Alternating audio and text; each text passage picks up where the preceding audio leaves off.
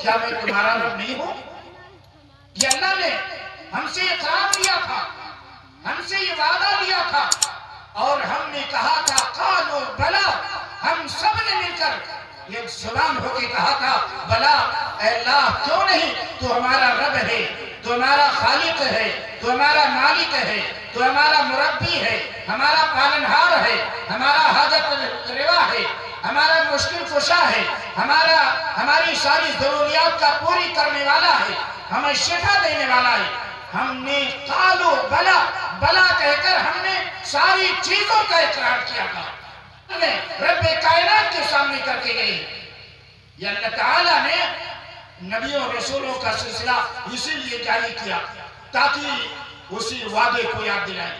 اب اسی وعدے کو یاد دلانے کے لیے دو چار نبیوں کی باتیں میں آپ کے سامنے ذکر کر دیتا ہوں۔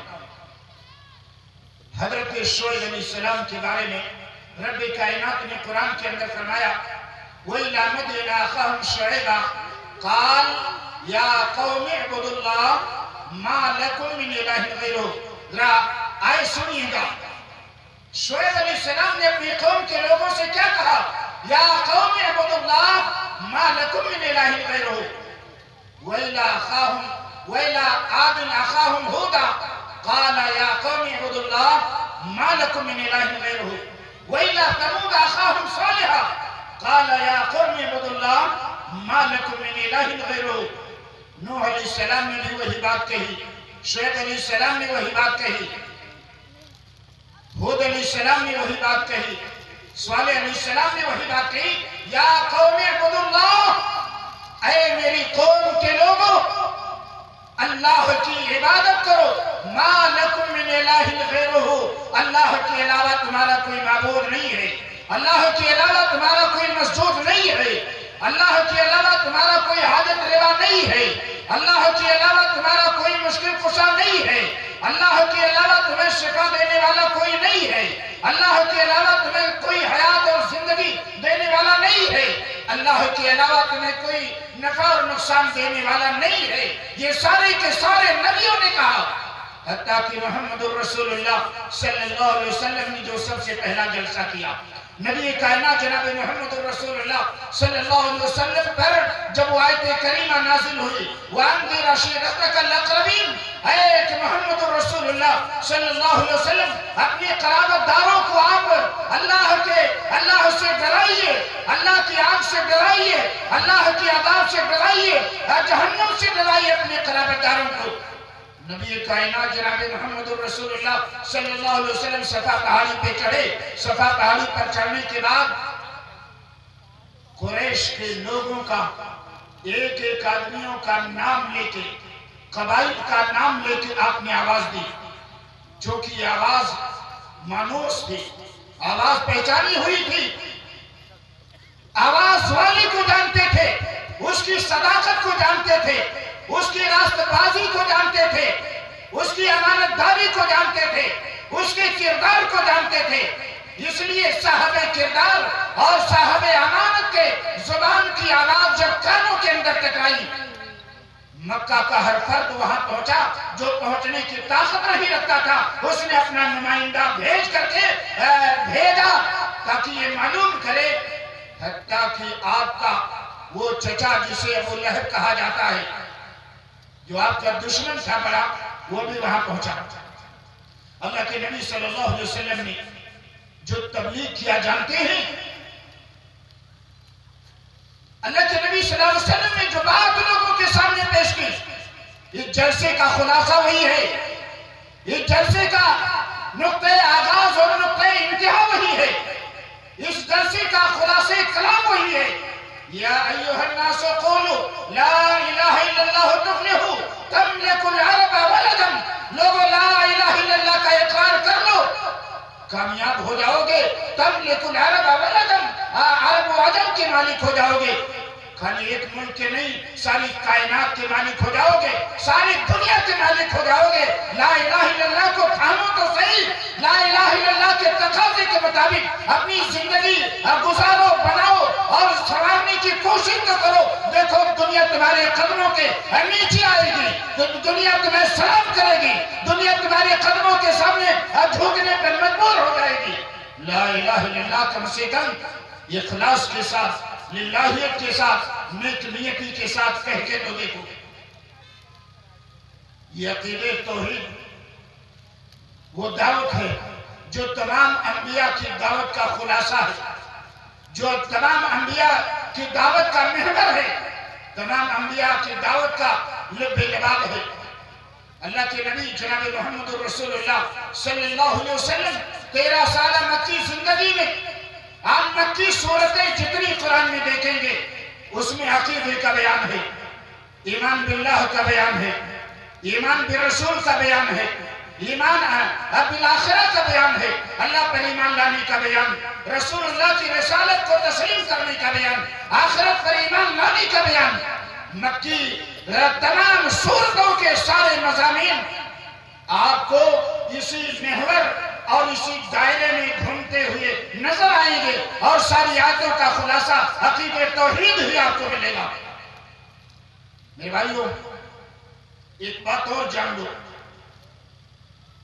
جب آپ نے تسلیم کر لیا رب کو، سب کچھ وہی ہے، آپ کو یہ تسلیم کرنا ہوگا اور یہ عقیدہ رکھنا ہوگا، کائنات کی ساری طاقت مل کر کے اگر آپ کو نفع پہنچانا چاہے، ایسا نفع جو اللہ نے تمہارے مقدر میں نہیں لکھا ہے، کائنات کی ساری طاقت فیل ہو جائے گی اور آپ کو وہ نفع نہیں پہنچا پائے گی جو نفع کائنات کی ساری طاقت پہنچانا چاہتی ہے۔ عبداللہ ابن عباس رضی اللہ تعالیٰ عنہ بڑے مشہور صحابی، ابھی چھوٹے سے بچے ہیں، اللہ کے نبی صلی اللہ علیہ وسلم نے گدھے پر سواری کی، پیچھے ہے اس چھوٹے سے معصوم بچے کو بیٹھایا اور یہ بچہ کہتا ہے کنت ردیف النبی صلی اللہ علیہ وسلم، میں اللہ کے نبی صلی اللہ علیہ وسلم کے پیچھے سوار تھا۔ آپ نے فرمایا غلام انی اعلمک کلمات، کہا ہے بچے میں تمہیں چند باتیں سکھاتا ہوں، وہی باتیں میں آج آپ کو سکھانا چاہتا ہوں، یہ نوٹ کر کے جاؤ۔ یہ باتیں اگر آپ کے دل میں بیٹھ گئی اور ان باتوں کے تقاضے کے مطابق آپ نے زندگی گزارنا شروع کر دیا، یقین جانیے آپ کی دنیا ابھی کامیاب ہوگی انشاءاللہ اور آخرت بھی انشاءاللہ کامیاب ہوگی۔ کیا کہا؟ انی اعلمک کلمات، میں تمہیں چند باتیں سکھاتا ہوں۔ نبی نے کہا عبداللہ ابن عباس سے، اور میں نبی کی بات آپ سے کہنا چاہتا ہوں، وہ کیا ہے؟ کہ احفظ اللہ یحفظ کا، تم اللہ کے دین کی حفاظت کرو، اللہ تمہاری حفاظت کرے گا۔ آج ہم اپنی حفاظت کرنے کے لیے دیگر اسباب تلاش کرتے ہیں، اللہ نے جو اسباب بتائے وہ اسباب ہم اپنانے کے لیے تیار نہیں ہے اور چاہتے ہیں امن و امان کے ساتھ ہماری زندگی گزرے۔ نہیں ہو سکتا ہے، نہیں ہو سکتا ہے۔ قرآن مجید کی آیت کریمہ آپ دیکھیے، رب کائنات نے فرمایا الذین آمنوا ولم یلبسوا ایمانہم بظلم اولئک لہم الامن وہم مہتدون، جن کے یہاں ایمان خالص ہے، ایمان والا کھوٹا سکہ نہیں کھرا سکہ ہے، شرک کی آمیزش اس کے اندر نہیں ہے، اولئک لہم الامن، انہی کے لیے دنیا کے اندر امن ہے اور وہی ہدایت یاب ہے۔ مانا یہ کہ جن کا ایمان کمزور ہے، جن کے ایمان کا سکہ کھرا نہیں کھوٹا ہے، جن کے ایمان میں شرک کی آمیزش اور ملاوٹ ہے، چاہے شرک اکبر کی ملاوٹ ہو یا شرک اصغر کی ملاوٹ ہو، ان کے لیے نہ تو دنیا کے اندر امن ہے اور نہ تو ہدایت یاب ہوں گے۔ قرآن مجید کی آیت کریمہ بتا رہی ہے۔ تو اللہ کے نبی صلی اللہ علیہ وسلم نے کہا کہ بیٹے اللہ کے دین کی حفاظت کر، اللہ تیری حفاظت کرے گا۔ یہ احفظ اللہ تجدہ تجاہک، اللہ کے دین کی حفاظت کر تو اللہ کو اپنے سامنے پائے گا۔ کوئی مصیبت ہوگی اللہ تیرے ساتھ ہوگا، کوئی پریشانی ہوگی اللہ اس پریشانی کو حل کرنے کے لیے تیرے پاس آئے گا اور تیری مدد کرے گا، تجھے پریشانی سے نکالے گا۔ اللہ نے قرآن مجید میں ایک جگہ کہا وَمَن يَتَّقِ اللَّهَ يَجْعَل لَّهُ مَخْرَجًا وَيَرْزُقْهُ مِنْ حَيْثُ لَا يَحْتَسِبُ۔ آج ہم نام تلاش کر رہے ہیں،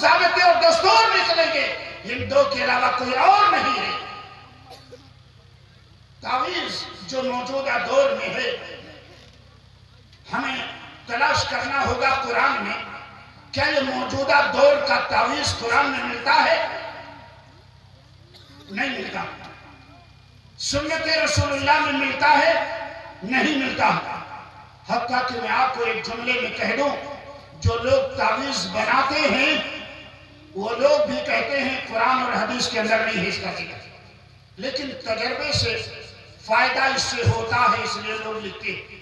قرآن آیات لکھی جاتی ہیں، احادیث کی دعائیں لکھی جاتی ہیں، کوئی غلط چیز لکھی نہیں جاتی، کوئی غلط چیز نہیں لکھی جاتی، اس لیے جائز ہے۔ تو سب سے پہلے آپ یہ جانیں، تعویذ اور گنڈے وغیرہ کا ثبوت نہ تو قرآن سے ملتا ہے نہ احادیث رسول اللہ سے ملتا ہے۔ احادیث رسول اللہ سے کیا ملتا ہے؟ صرف دم کرنا، دم کرنا۔ خود اللہ کے نبی جناب محمد رسول اللہ صلی اللہ علیہ وسلم نے دم کیا ہے، آپ کے صحابہ کرام رضوان اللہ تعالی علیہ مجمعین نے دم کیا ہے، اور دم کرنے کے لیے اللہ کے نبی صلی اللہ علیہ وسلم نے بتایا بھی، یہ قل هو اللہ احد، قل اعوذ برب الفلق، قل اعوذ برب الناس، ایسی سورہ فاتحہ، یہ صورتیں دم کرنے کے لیے ہیں، جس سے اللہ کے نبی صلی اللہ علیہ وسلم نے دم کیا ہے۔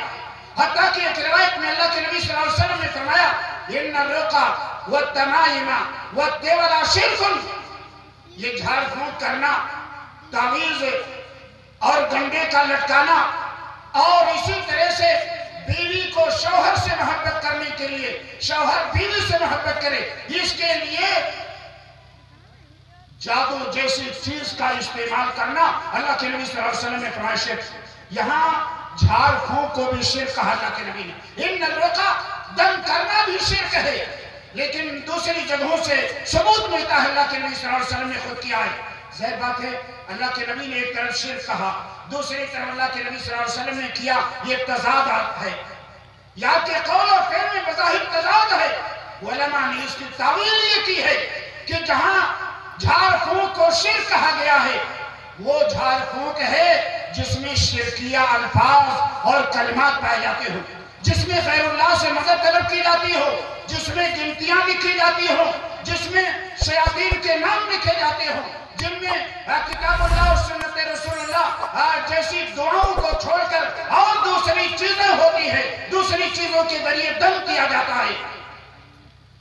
ایسا دم، ایسا جھاڑ پھونک شرک ہے، لیکن وہ جھاڑ پھونک جو قرآنی آیات کے ذریعے ہو، جو سنت رسول اللہ کی دعاؤں کے ذریعے ہو، دعائے معثورہ کے ذریعے ہو، اس کو علماء نے جائز قرار دیا، اس لیے کہ اللہ کے نبی صلی اللہ علیہ وسلم نے خود کیا ہے۔ اللہ کے نبی صلی اللہ علیہ وسلم کا معمول تھا، حضرت عائشہ رضی اللہ تعالیٰ عنہ کہتی ہے، اللہ کے نبی صلی اللہ علیہ وسلم جب رات میں سوتے تو قل هو اللہ احد، قل اعوذ برب الفلق، قل اعوذ برب الناس، یہ تینوں صورتیں پڑھ کر کے ہاتھ پر دم کرتے اور اپنی بدن پر پھیر لیا کرتے۔ لیکن جب مرض موت میں اللہ کے نبی صلی اللہ علیہ وسلم مبتلا ہوئے، آپ کے ہاتھ کمزوری کی وجہ سے اٹھ نہیں پا رہے تھے۔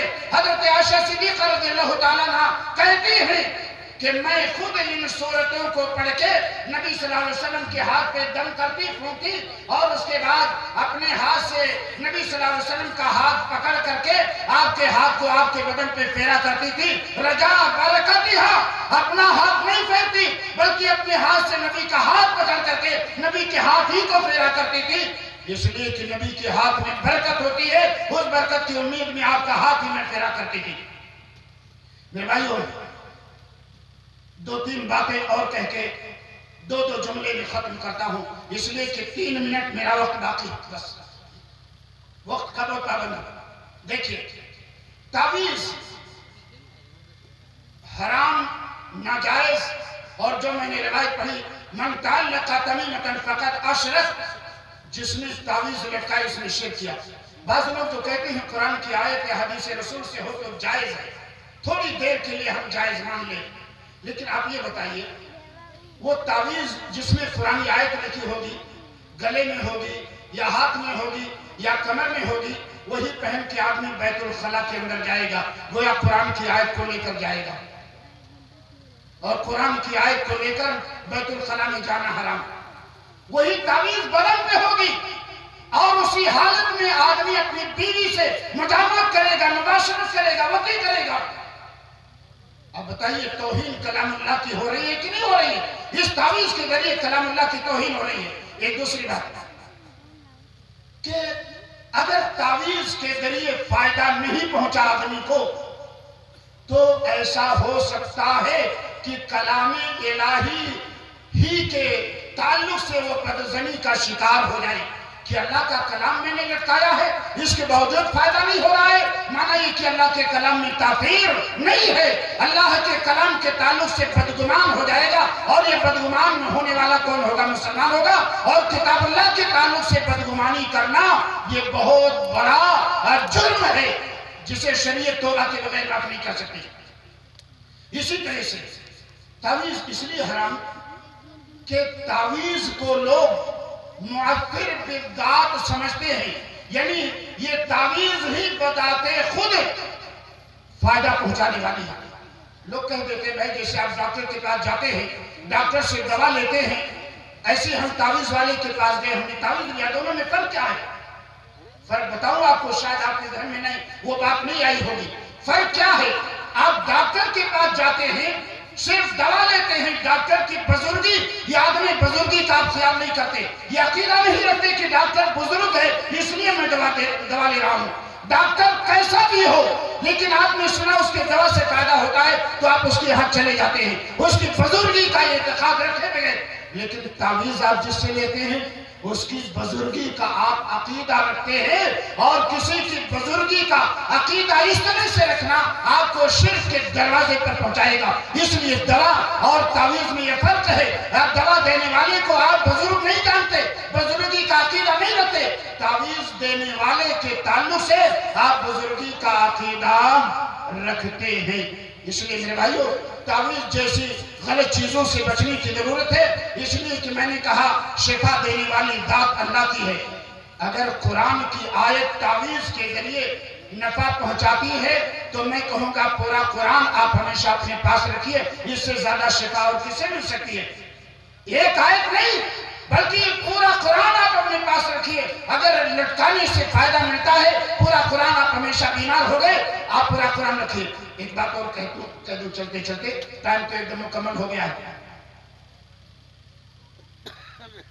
وہ بات یہ کہ تعویذ جو آپ لٹکا رہے ہو، کیا تعویذ میں کیا لکھا ہے کبھی آپ نے کھول کے دیکھا ہے؟ لکھنے والے نے کیا لکھا ہے؟ ہم نے تو کئی تعویذیں دیکھی ہیں جس میں نہ قرآن لکھا ہے نہ حدیث کی کوئی دعا لکھی ہے، یا جبرائیل یا میکائیل یا اسرافیل یا فلاں یا فلاں یا فلاں۔ اور آپ جانتے ہیں یا جبرائیل کا مطلب کیا ہوتا ہے؟ گویا آپ جبرائیل سے مدد طلب کر رہے ہیں، آپ اسرافیل سے مدد طلب کر رہے ہیں، اور غیر اللہ سے مدد طلب کرنا یہ شرک ہے، اور یہ ایسا شرک ہے جو آپ کو ملت اسلام سے خارج کر دینے والا ہے، دین سے خارج کر دینے والا ہے۔ اس لیے تعویذ سے بچیے۔ بہت سارے علماء نے جائز قرار دیا ہے، لیکن اکثر علماء نے ناجائز قرآن اور حدیث والی تعویذ کو بھی حرام قرار دیا ہے، اس لیے کہ یہ شرک کے چور دروازوں کو کھولنے کا ذریعہ اور سبب بنے گا، اور آہستہ آہستہ آدمی شرک کے دروازے سے داخل ہو کر کے اندر پہنچ جائے گا اور شرک کے گھیرے میں آ جائے گا۔ ایسی صورت میں اس کی دنیا بھی تباہ ہو جائے گی اور آخرت بھی تباہ ہو جائے گی۔ اللہ تعالی ہم سب کو عقیدہ توحید اپنے دلوں کے اندر مضبوط کرنے کی توفیق عطا فرمائے، اور اس بات پر ہمیں ایمان رکھنے کی توفیق دے کہ جو کچھ کرنے والی ذات ہے اللہ کی ذات ہے، اللہ کی ذات کے علاوہ کائنات میں کوئی کچھ کرنے کی، دینے کی، لینے کی طاقت نہیں رکھتا ہے۔ وآخر دعوانا ان الحمدللہ رب العالمین، والسلام علیکم ورحمۃ اللہ۔